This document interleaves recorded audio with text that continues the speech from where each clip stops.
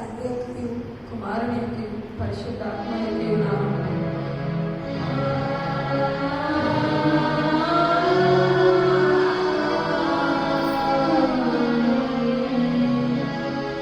నీ వెలుగును నీ సత్యమును బయలుదేరజేయము. అవి నాకు త్రోవ చూపును. అవి నీ పరిశుద్ధ పర్వతమునకు నీ నివాస స్థలమునకు నన్ను తోడుకొని వచ్చును. అప్పుడు నేను దేవుని బలిపీఠమునకు నాకు ఆనంద సంతోషము కలుగజేసి దేవుని యొద్దకు చేరేదను. దేవా నా దేవా, సితార వాయించుచు నీకు కృతజ్ఞతాస్తుతులు చెల్లించేదను. ప్రభునందు ప్రియులారా, యథార్థ హృదయంతో మన తండ్రి అయిన దేవుని సమీపించి ఆయన ఎదుట మన పాపమును ఒప్పుకొని మన ప్రభు అయిన యేసుక్రీస్తు పేరిట మనకు క్షమాపణ దయచేయమని వేడుకొని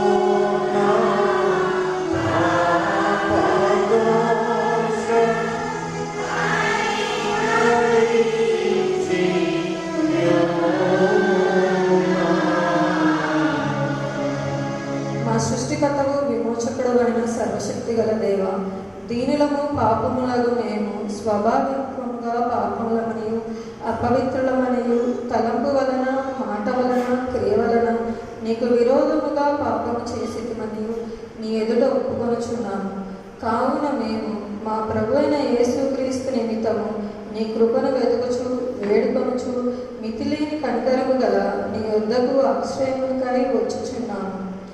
మా కొరకు చనిపోవడకై నీ జనదైక కుమారుడు ఇచ్చిన ప్రియుల కరుణగల దేవ, మమ్మల్ని కనికరించి ఆయన నిమిత్తము నా సమస్త పాపములకు క్షమాపణ దయచేయము.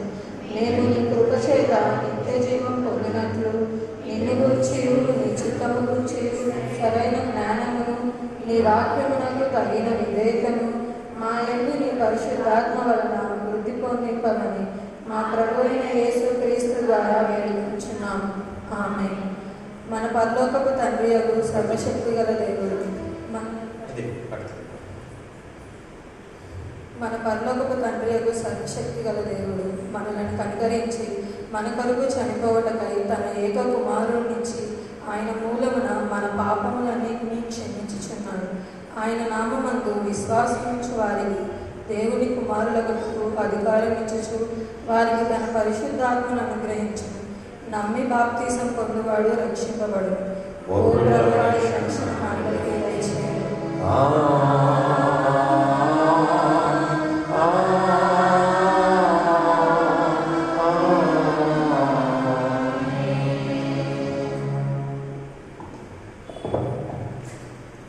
చిత్రం తర్వాతి 15వ ఆదివారం కనుక ఏర్పరచవలసిన ప్రారంభం. యెహోవా, నీవు నీతిమంతుడవు, నీ న్యాయ విధులు యథార్థము. నీ కృప చొప్పున నీ సేవకునికి మేలు చేయి. యెహోవా ధర్మశాస్త్రాన్ని అనుసరించి నిర్దోషంగా నడుచుకున్నవాడు ధన్యుడు.